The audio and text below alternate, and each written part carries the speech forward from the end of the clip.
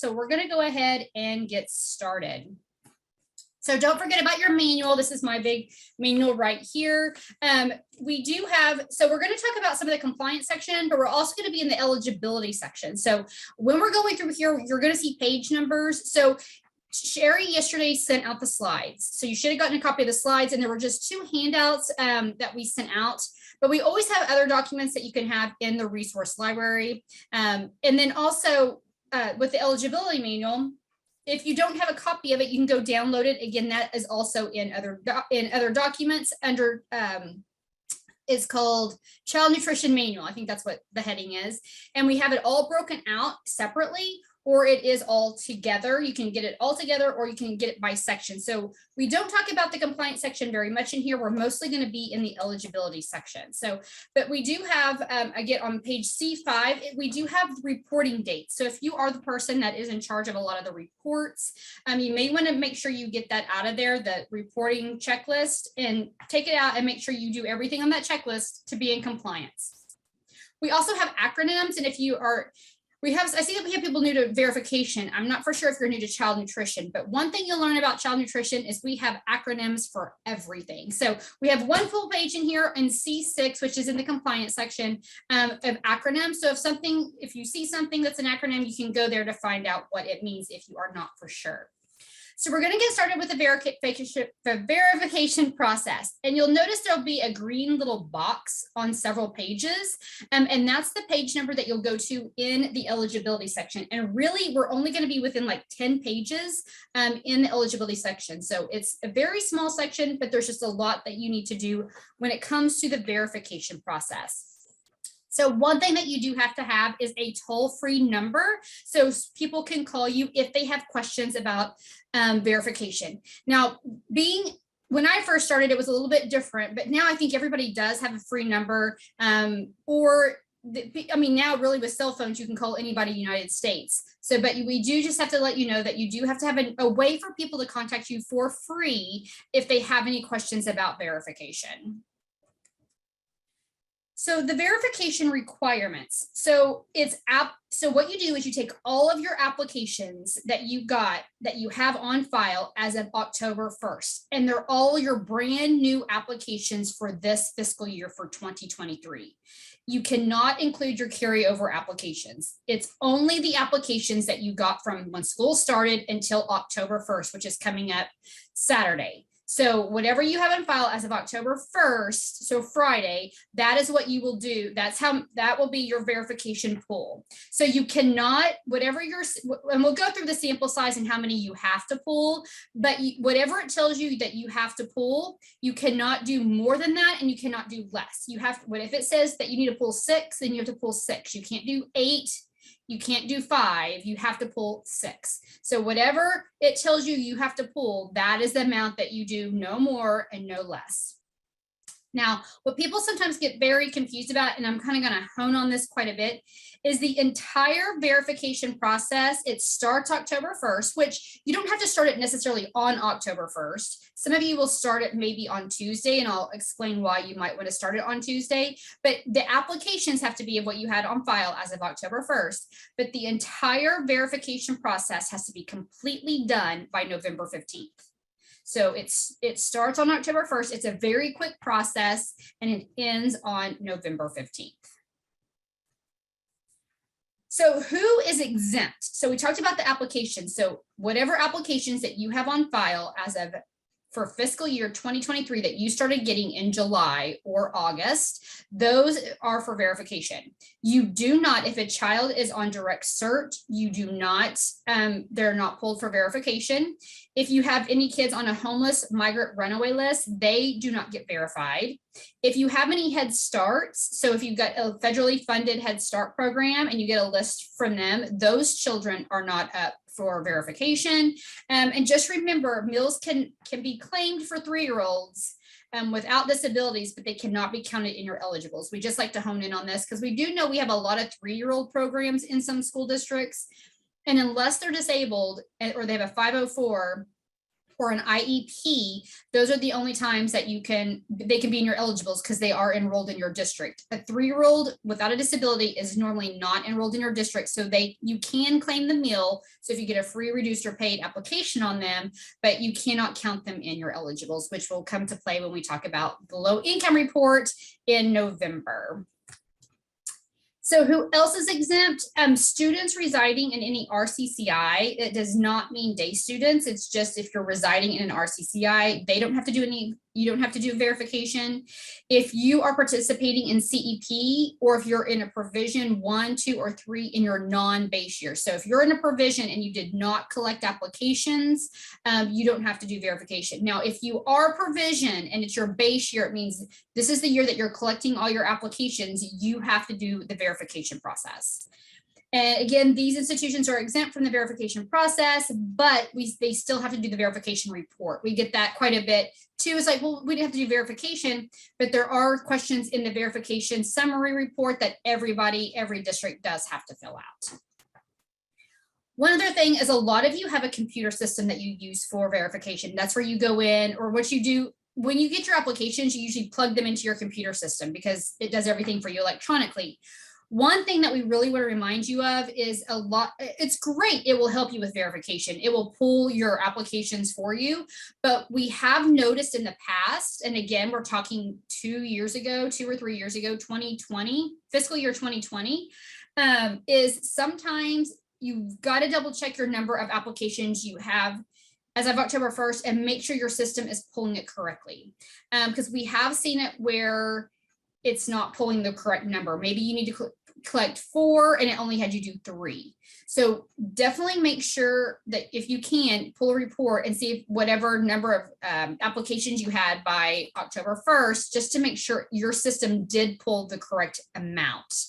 The low income report generated does not count virtual enrolled off, which is offsite. And this stuff is from before COVID, but they need to make sure if a student is district enrolled virtually that this is option is virtually enrolled. So we may need to come back to that because I have not really touched the verification slides. So because everything that with COVID has happened, I need to make sure because I do know some of you do have a virtual option.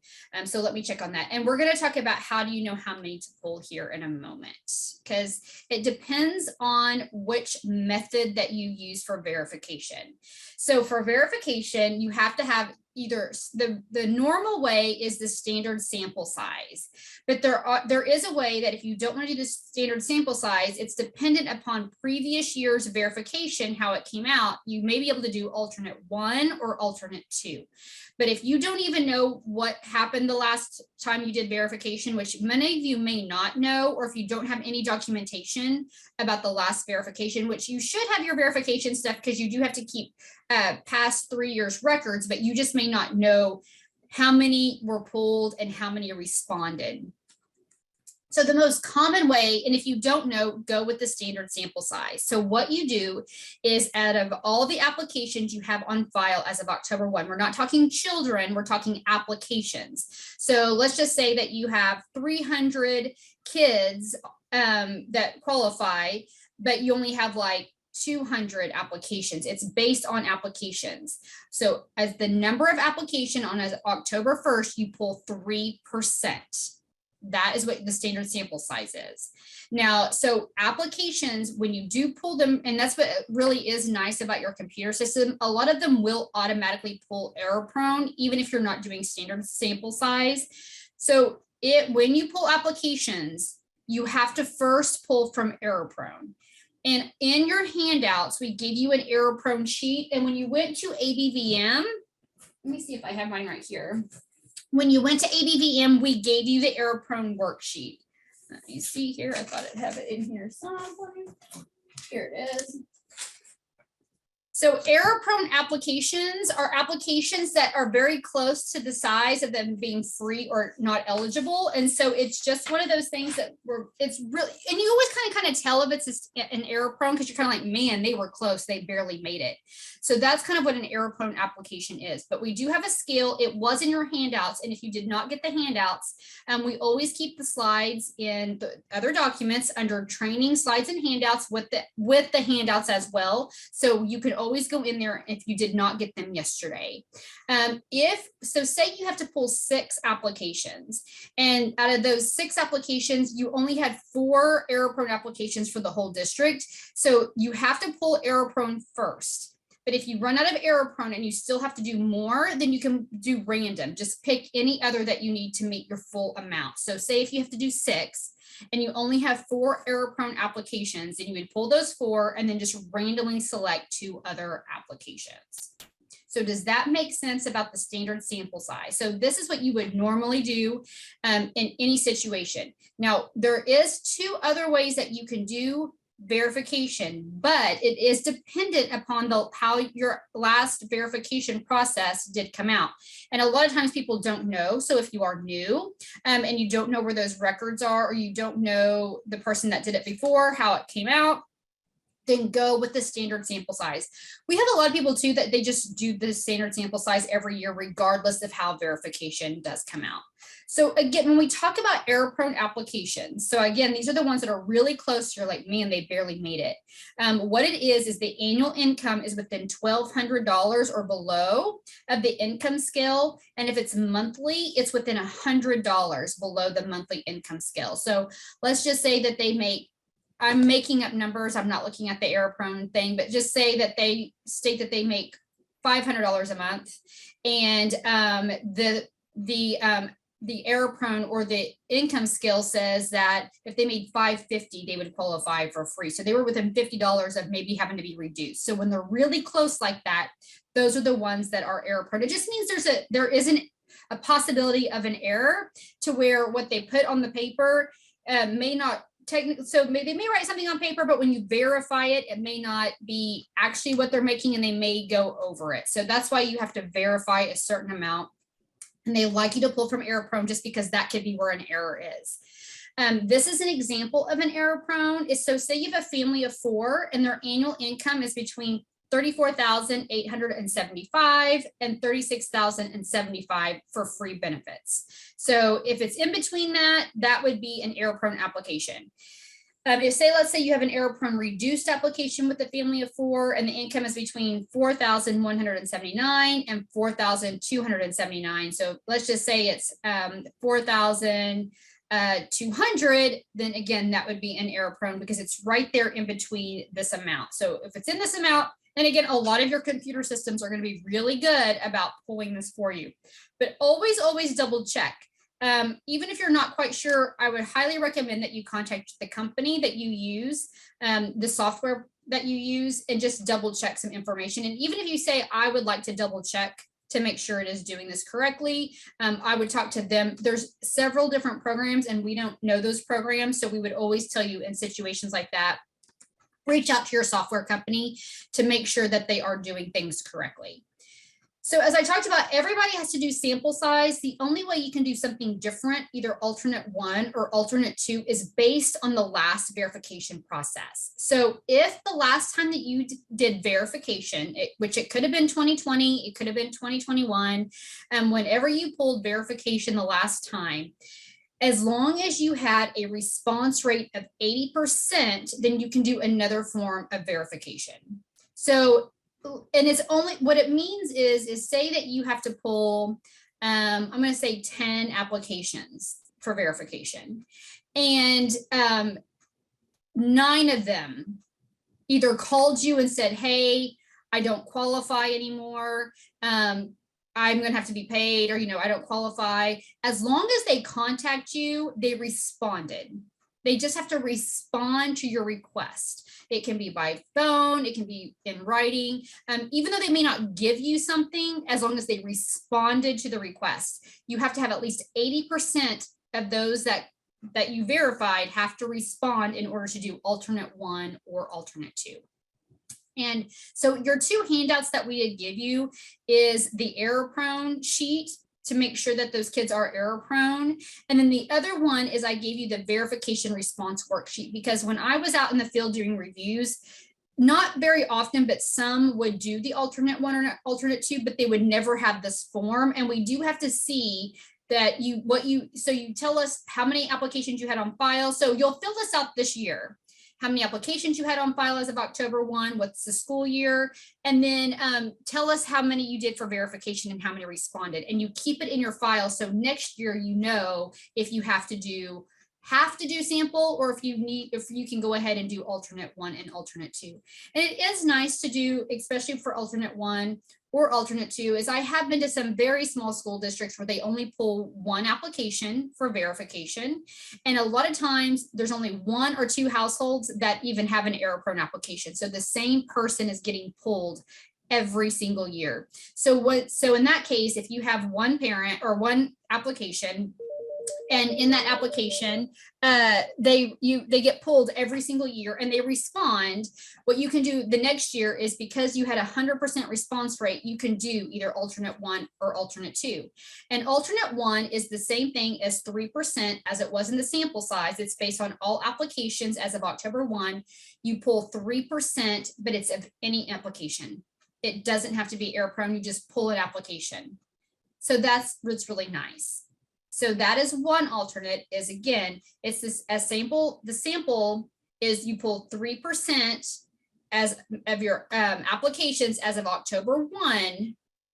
And then you have to pull error prone first. And then if you don't have enough error prone, then you can pull from the other stack, but you have to go from error prone. Now with alternate 1, as long as you have 80% that responded in the previous year, you can, again, you have to pull the 3%, the same number of applications. It's just, you don't have to do error prone. You can just pull any application that you want to.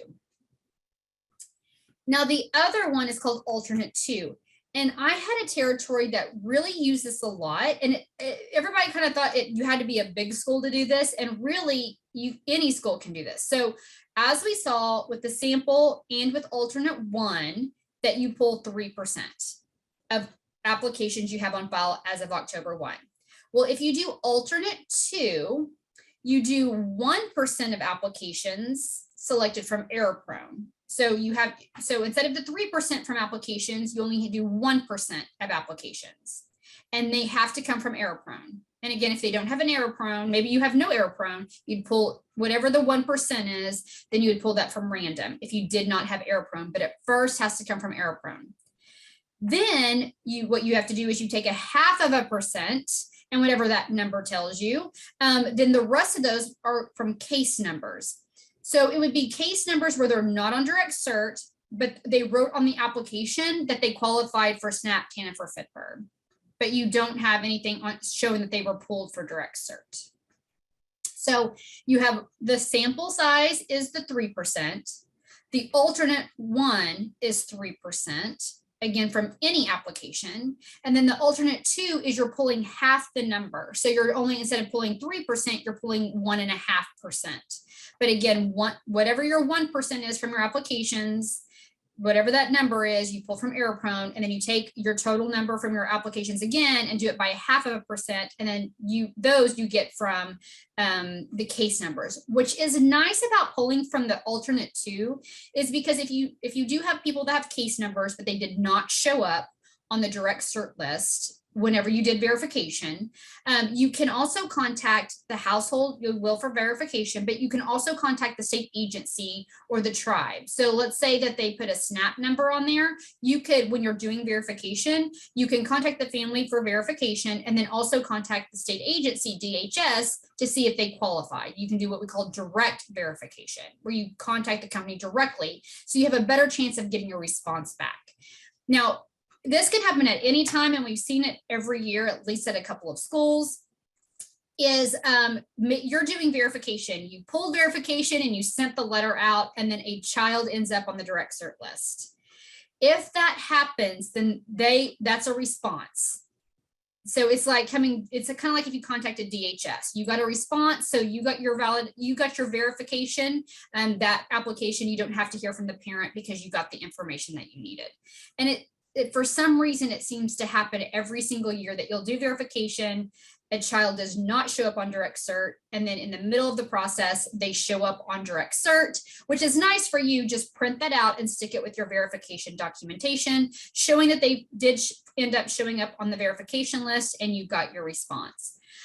So this is alternate 1 and alternate 2. This is what is in the manual. So that hopefully it makes it a little bit easier to understand. I know it says it's 1,000 of all applications approved, but a lot of you don't have that many. Most of you are going to be doing the 1%.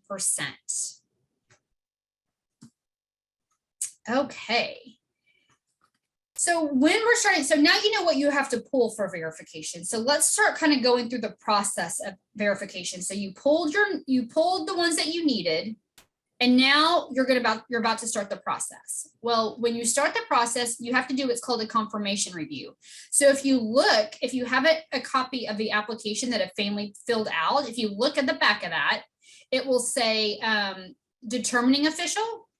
Then it will say that it has a line in the signature, and then it will say confirming official. And then you'll have a last line that says verifying official. So you'll see 3 lines with 3 different signatures on the back of that application a parent filled out. So depending on if you have a computer system or not, may be dependent upon if you did the determination official, if you signed it. So what a confirmation review is with those applications, you have to have somebody else besides whoever determined what the benefit was, look over that application to make sure it was approved correctly. It's only on the applications pulled for verification. So let's say at your district, you have to pull 10 applications for verification. And so with that, you would only have to confirm those 10 applications. Vanessa, I'm looking at your question. It just happens that way. We don't know. We have no idea. You could have it to where nobody shows up, and then all of a sudden during verification, they show up. So we do not know why some show up and some do not. It has to do with the way I think it matches between DHS and our office. So we don't know. But again, if anybody is on direct cert, everybody in that household is considered directly certified. So that whole application would not have to be used for verification. So when it does come to the confirmation review, again, it's somebody other than who made the determining official about that application. So say I approve the application and I said that they're free. I have to just have somebody else besides whoever determined the application do the confirming to make sure it was done correctly. So you can have the determination and the verifying official, they can be the same person. So the person who is doing the verification and the person who determined that can be the same person, but you do have to have one other person to confirm that the application was approved correctly. Some of you do use a computer system, and we're going to talk about that if you do have a computer system.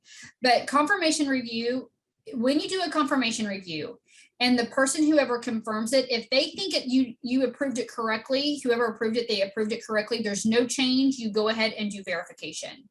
It doesn't happen very often, but if maybe it's like, oh no, this application was not approved correctly, maybe they were free and they should have been reduced, or maybe they were reduced and they should have been free. The application was an error, like it was not approved correctly. So if that's the case, it's not approved correctly, then you go to page E40 to figure out your next steps. And you can contact us as well. We'll definitely help you through that process. But if that application that you pulled for verification was not approved correctly based on the confirmation review, then you do need to go through to E40 and follow the steps there on what to do next.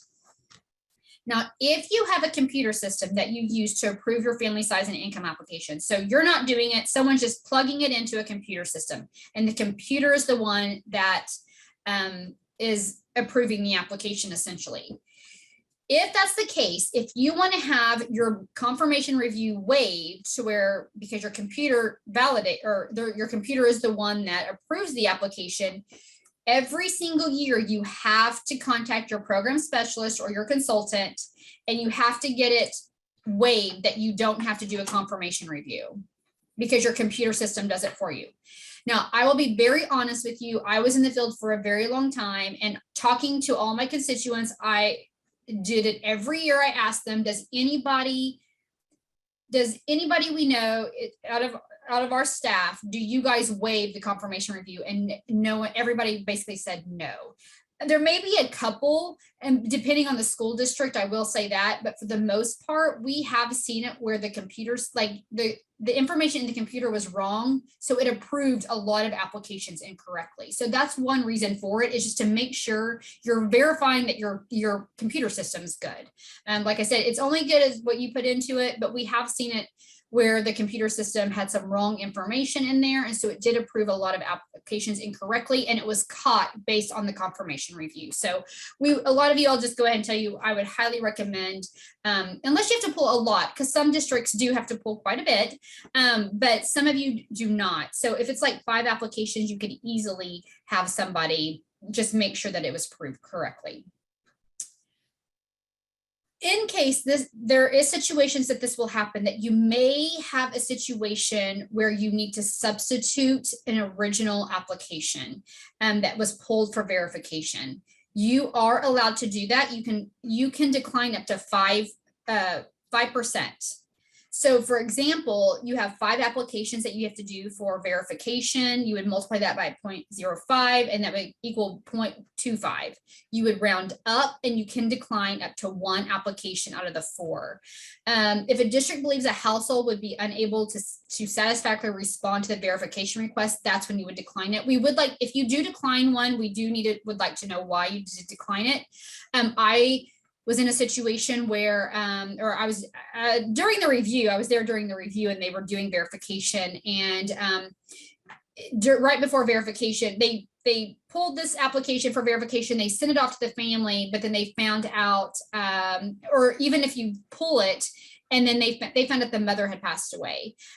So it was a very distraught situation. So it was hard for them to really focus on anything at that point. So if you have a situation like that, there could be other circumstances of if you pull somebody and you may need to decline it, you can decline up to 5% of whatever number that you do have to pull for verification.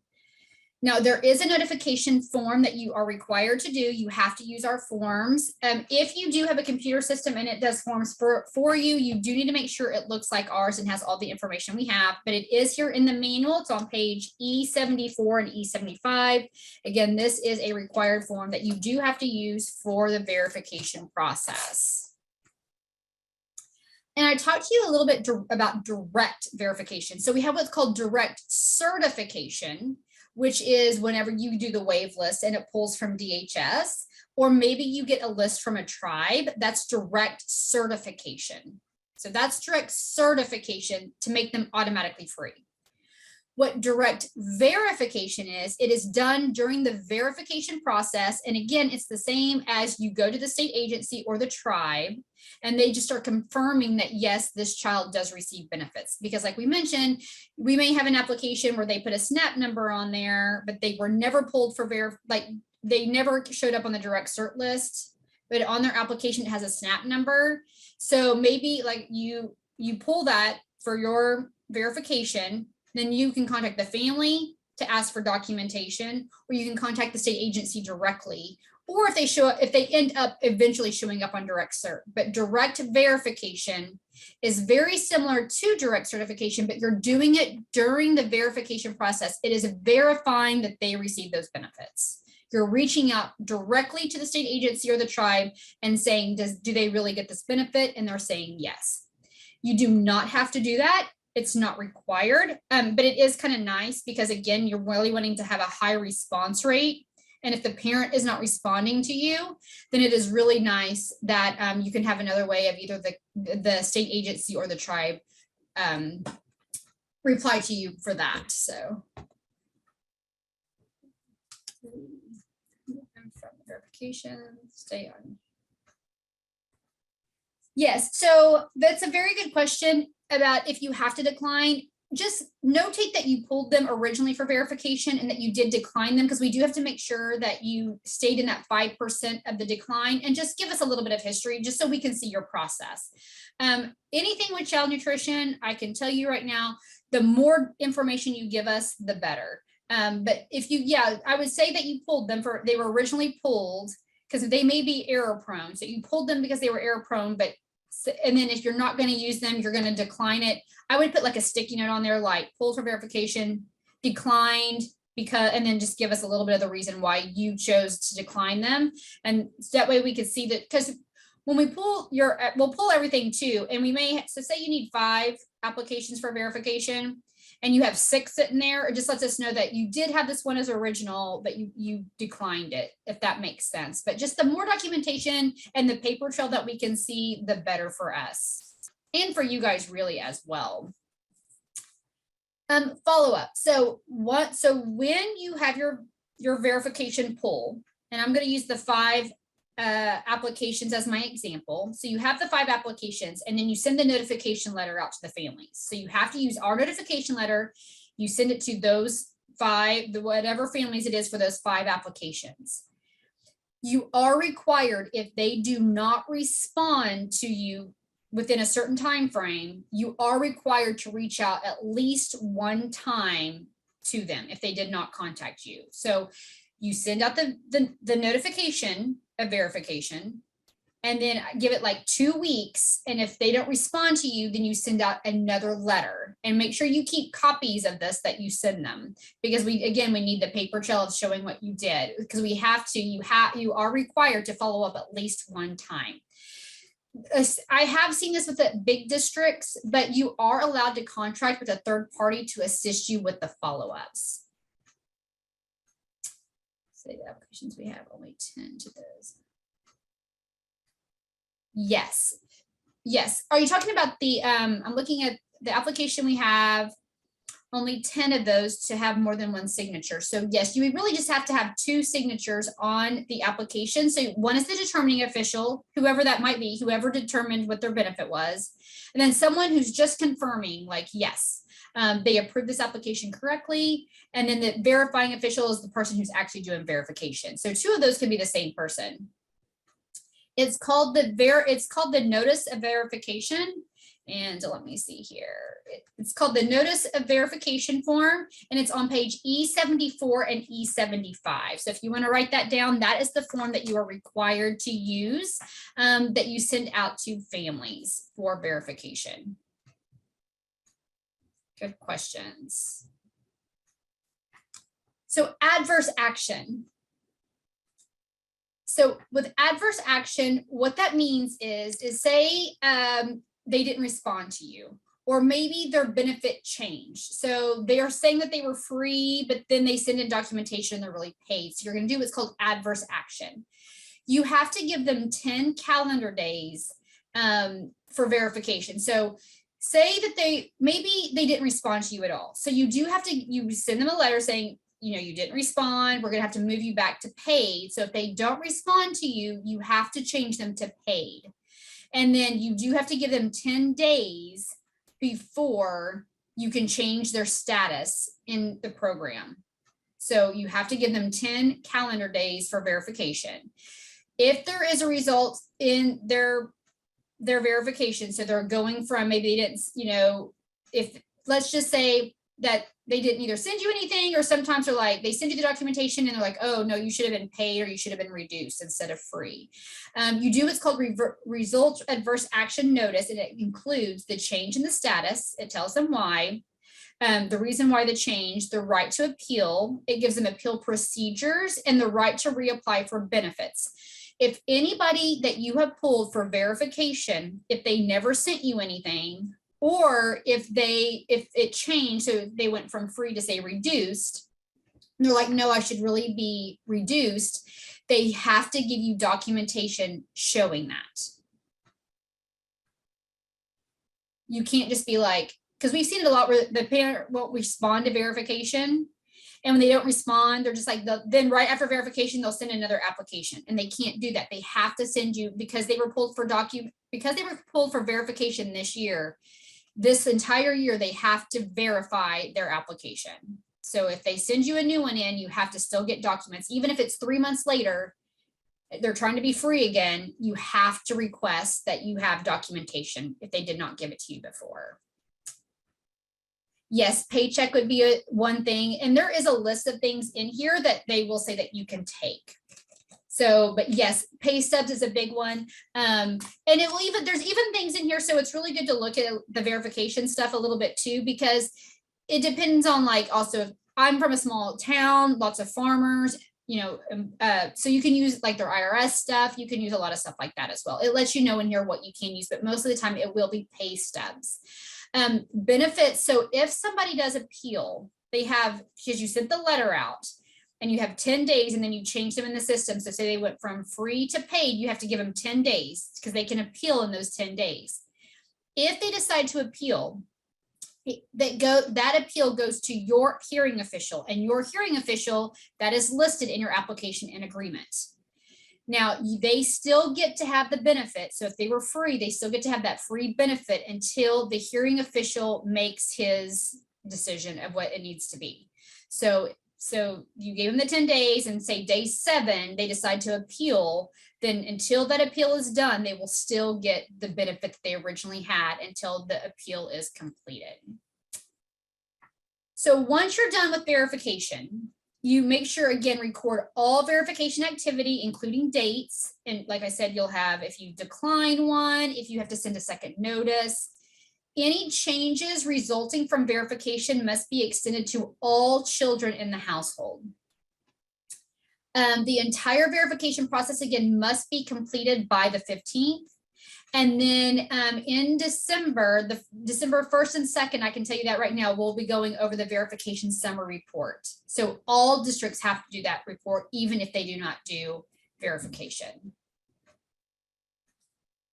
So verification issues that we have seen, again, if a household tries to reapply after they maybe didn't send anything in, or they sent something in, but it moved them from like free to reduced or free to not eligible or free to reduced. I'm having a rough day today talking. The household, again, must provide verification documentation for the remainder of that year. Next year, they don't have to send anything in, but if they were pulled for verification and they did not send you anything, or they're trying to send another application in and with different amounts on there, you still have to verify it because they were pulled for verification this year, and it does go through the entire year. You are allowed to verify for cause. We would really honestly say be very cautious with this. If you verify for cause, it has to be outside of your normal verification. So let's say you had to pull 5 and you want to verify for cause, that is outside of your 5. That's why you'd pull an extra one. It's not in you are verifying it, but it's not in your pool. What verify for cause means is like you believe that this household is not giving the correct information on their application. So you want to pull it and make them verify it. That's when you are doing it for cause. Again, we just kind of say be very cautious with this because, you know, we don't want people to be like, well, you're picking on me and all that kind of stuff. So just be very cautious. We don't see it very often, rarely. And even as someone in the field will kind of tell you to kind of stay away from it. Let's just hope they get pulled for verification. Now, I will tell you that's if you have knowledge of what someone's making, because you're all school districts, say a teacher, you know what the teacher's making. When you're approving the application, at that point, it's not verifying for cause, but if you know that this is not what you're making as it, like they're writing their teacher salary down and you know that's not what they make, then you can use the records that you have because you do have access to their, and that is here it's in the compliance document that says that. That's not verifying, that's just like when you're approving the application. If you have knowledge, especially if it's a teacher that's writing stuff down and you know it's not correct. So again, let's talk about the verification process and the steps. So you can start it on October 1st. But to be quite honest with you, if it was me, I'm getting my calendar out right now. If I was a school district, before we had the wave, I would tell you to start October 1st. But this, because it's a Saturday, I would tell you to start on that Monday, which would be the 3rd. In all honesty, I would start, and I'm going to give you a suggested timeline, which I'm going to go ahead and go to. The suggested timeline is I would send out your first letter on the 4th. You could do it on the 3rd if you would want to, which is Monday. But if you do it on the 4th, the reason I say that is because we get a list. We do our matches on the first day of the month, the first Monday of the month. So if we're still making matches for direct certification, it won't come out until the 4th, like, because we're getting the list on that first Monday. But if you want to go ahead and pull it, you can, because if they do show up on direct cert, then you will just directly verify it.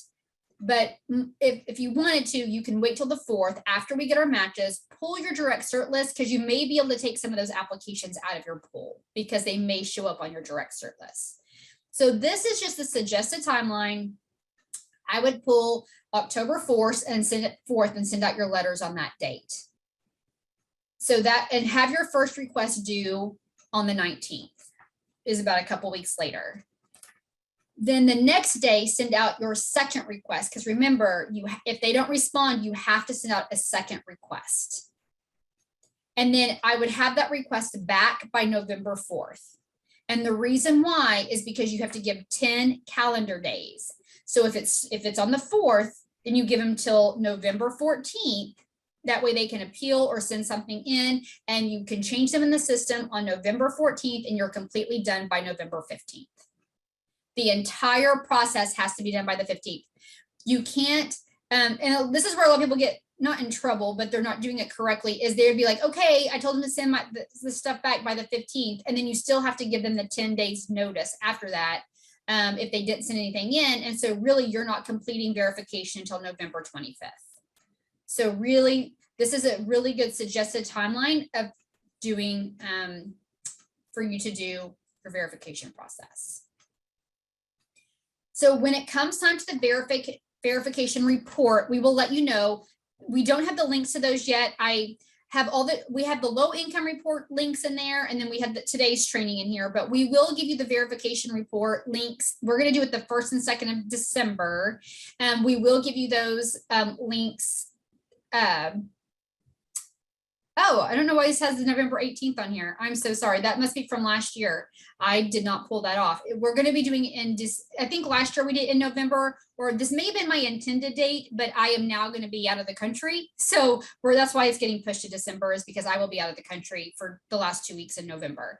But all districts, again, you'll complete verification, and then everybody has to do the verification summer report. And again, we will do that. We're going to do 2. We're going to do 1 for provision schools and then 1 for the normal standard cleaning schools. That will be on December 1st. We will give the link out soon. It will not be on the 18th. I apologize. I just booked my ticket 2 days ago. So that's why I didn't know for sure if I was going or not. So, but I am. So we will be doing it later in December when I come back. So your program specialist, if you have questions regarding verification, you can always contact us here in the office, but also contact your program specialist, because they're the ones, again, that come out to do your review. They're the ones who look at it when they're doing the review, and because a lot of them have been doing it for so long, they've all encountered some of the situations that you may be running into. So they would be a really good source to call and contact about verification. But we are done. So we got done about 45 minutes. I'm going to stay on for questions. So who is your program specialist? That's a great question. If you go to your manual, go to the compliance section on page C3. And on page C3, it has a list of counties. Now, some of you have multiple consultants or program specialists in that county. And if you don't know who it is, you can contact us and we'll let you know. But if you go here in the book, it does give you the county. Oklahoma, Tulsa, and Comanche, they're the ones that have multiple consultants, but every other county, it's in here, and that's who your consultant is. And I tell everybody they have a cell phone, they have an email address, and they will definitely be able to help you out. And plus, if you have not met your program specialist yet, contact them in general, because you really want to get a good relationship with them, or at least so you feel comfortable calling them and asking questions and just introducing yourself. So really hope you reach out to them. But thank you guys so much for coming on today. Thank you all the consultants and Becky and Rhonda for being on and help answering those questions. I hope it was a good refresher. It has been a long time for a lot of us doing verification. Let's see, what about all my other applications? Can we have just one signature? I guess I don't know what you mean about just one signature. Do you mean on the signature, do you mean the fact that the computer system is the one that determined it and then you're verifying it? If that's the case, then yes, but you just need to make sure you note that computer approved. But we kind of know that if the whole entire box isn't filled out, but if you, as long as you're determining or confirming it, put it in the confirming, that should be okay. And if you do have a question that is more in depth than what I'm giving you, then yes, on the back of the application has the 3 lines. So on the back it has the 3 lines and you're only saying for one signature. I guess I'm not understanding. So I understand if the computer fills it out, you may not have a determining signature, but you may have a confirming, and the verifying could be the same person. That would be okay. We just need to know that the computer system filled that out, because there are 3 lines. So someone asked about CEP and verification. If you're a CEP school, you do not have to do verification, but you do have to do the verification report.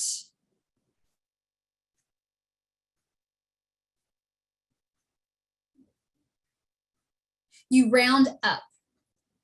Oh, so always you'll round up. So that's a very, very, very good question. So if it says like 2.67, you round up. Let me double check. Hold on.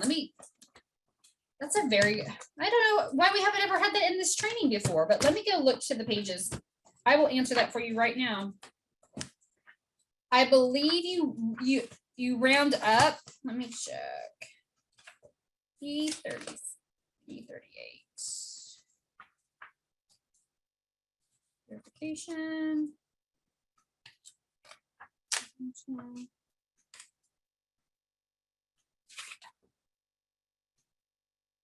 Distance.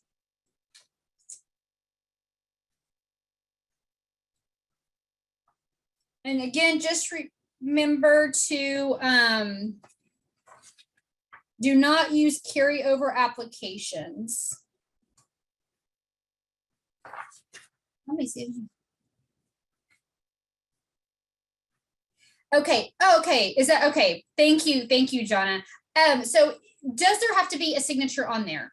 There does have to be a signature on there. Thank you, Becky. Thank you. I thought it was rounding up, but I just wanted to make sure. I didn't know if you use normal rounding rules or not. So on the application, if your computer system is, if you put it in the computer system and it's your computer system that really determined what it was, you do not have to sign the back of the application. But every month you have to print out your roster and sign your roster because you're saying that this is true and correct. Now, if someone did approve the application by hand, then yes, I would go ahead and put that one signature on there. Now, I will give another suggestion because of something that I ran into a lot when I first started. If you have multiple people that are entering them into a computer system, I would definitely have them at least initial or sign, just so you know who it was that approved that specific application in case somebody has questions. So thank you. I hope that answers the question about the signature. So you do, if you're doing it by hand, you do have to sign it because you determined what the application was. If your computer system is the one that is approving the application, you don't have to sign the back. You can if you want, but you don't have to. Sometimes I think it is nice, or just initialing it, just so you know that you did put it in the system. But as long as you print out your roster and sign it, then you're saying that what I approved is correct based on the rosters. But again, I would also tell you, if you have multiple people that are helping you with the applications and they're putting it in a computer system, even though the computer system is the one determining it, I would just like, if you have multiple people, to sign it. We ran into a situation where there was one person out of the 4 that they weren't doing something that they needed to be. It was very incorrect. And so that's why it's kind of nice to know where the problem kind of was.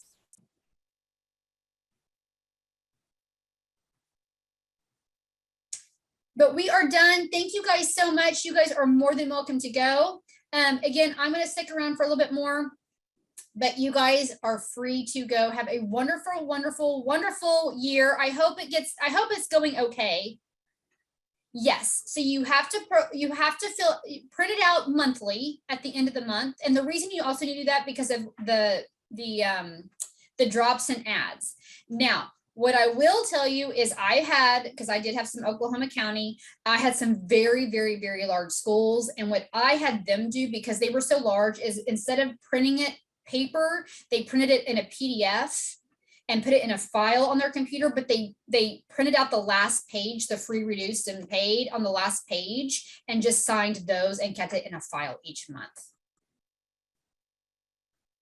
Yes, thank you, Becky. Yes, if this is only for free and reduced applications, paid are not in it at all, because they don't qualify. It's just those that qualify for free or reduced meals. Now, or is that something that has actually always been required? We don't really, I mean, it's still on here, but because of cell phones and stuff, I don't really know. As long as everybody knows that they can get a hold of you, and you know that everybody can get a hold of you for free. I think you're right, Sharon. I do think from what someone said, they thought that they meant about signing all applications.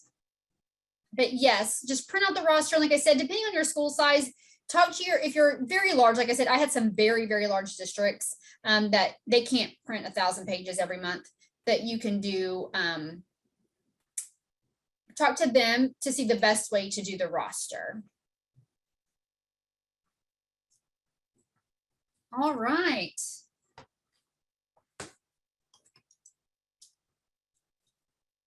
Thank you all so, so much. I hope you got all of your questions answered. I hope it was either a refresher or you did learn a lot. And I'm going to definitely make sure I add that to the slides. I'm going to add it back out there about the rounding up, because that was a very good question, especially if we have new people on.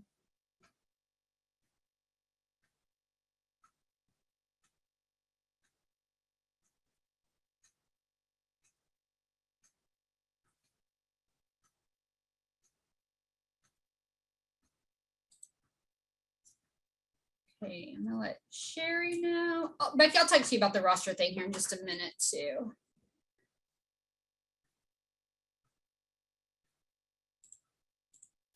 Just gonna let Sherry know what time it ended, so if people left early.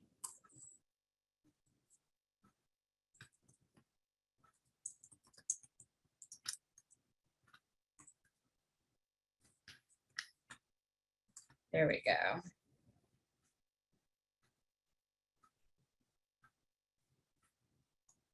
All right. Well, thank you all again. I am going to go ahead.